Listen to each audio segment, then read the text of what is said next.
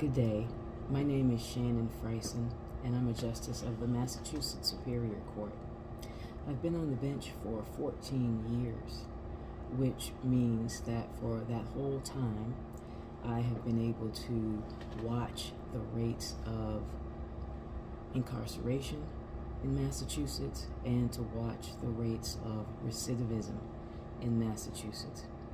And I can tell you this, just as black citizens are disproportionately incarcerated in Massachusetts, much more likely to receive longer prison sentences than their white counterparts in Massachusetts.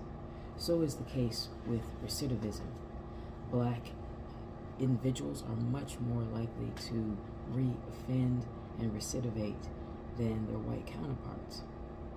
Certainly, one goal is to change that, and the resources available and opportunities available and the focus on returning citizens is a part of why those numbers are what they are. Of course, we see much of society and the judiciary with an attitude that is essentially you make your own decisions and you have to live with them. I watched a documentary about the Amherst and Hinton drug lab scandals in Massachusetts called How to Fix a Drug Lab Scandal. And one of the prominent defense attorneys in that documentary made the observation that in the criminal justice system, we are all focused on one moment in time, the moment in which the crime occurred, that decision to commit that crime.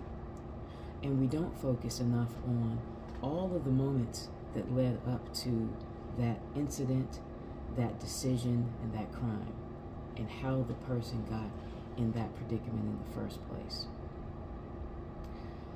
That is the same focus that is lacking when it comes to returning citizens. We need to be focused on the entire person and not just one or two aspects of that person's life. According to 2021 data, Massachusetts' 3-year recidivism rate is 33%. So a third of the people who we sentence to prison are released and returned to prison. They come back before the court on new charges. According to 2019 data, Massachusetts operates 19 jails in 14 counties.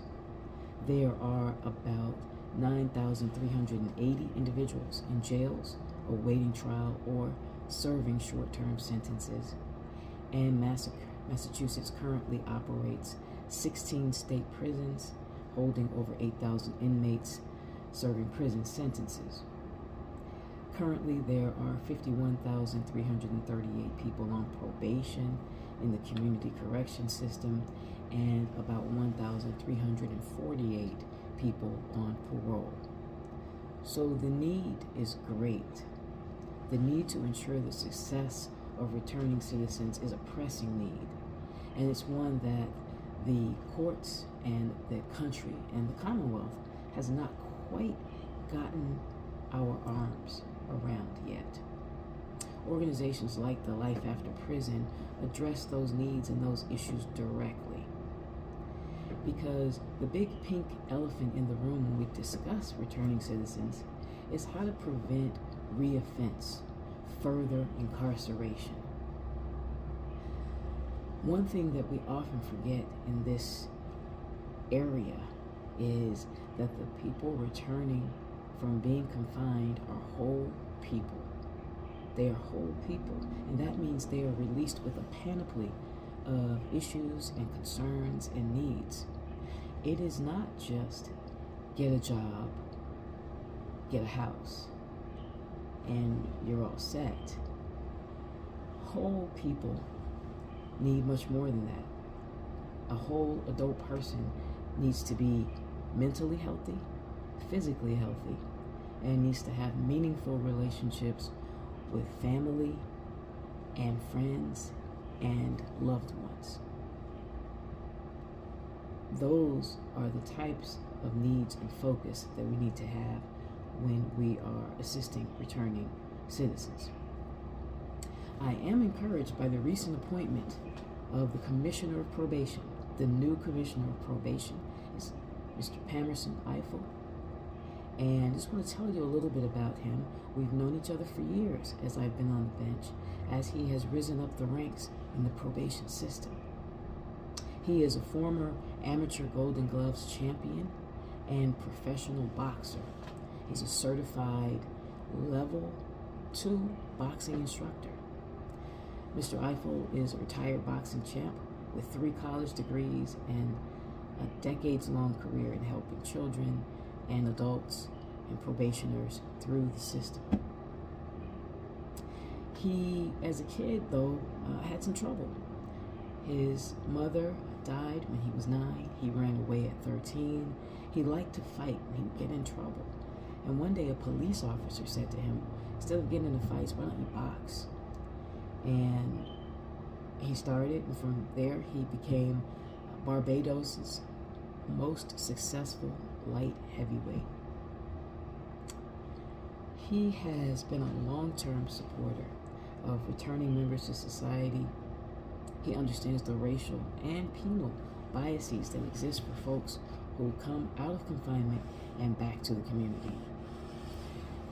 He will be both an asset to the Commonwealth, to probationers, to returning citizens, and to the courts in the position that he now holds. So I invite you to get to know him and his background and help him to help us do better for folks returning to the community, as he will be dealing with overseeing all of the folks who return with probation terms to complete. But of course, one appointment is not the end-all be-all. This must be a concerted effort. We see a lot of energy around locking people up. We don't see that same energy when we talk about helping them return to our communities. That is wrong, and it is to our own detriment. In fact, we should be working on re-entry and return the moment the person is sentenced and for the entire period of their confinement. Not in a set number of weeks prior to release, starting to give them programming and resources and helping them figure out what is going to happen and how they will live their lives when released.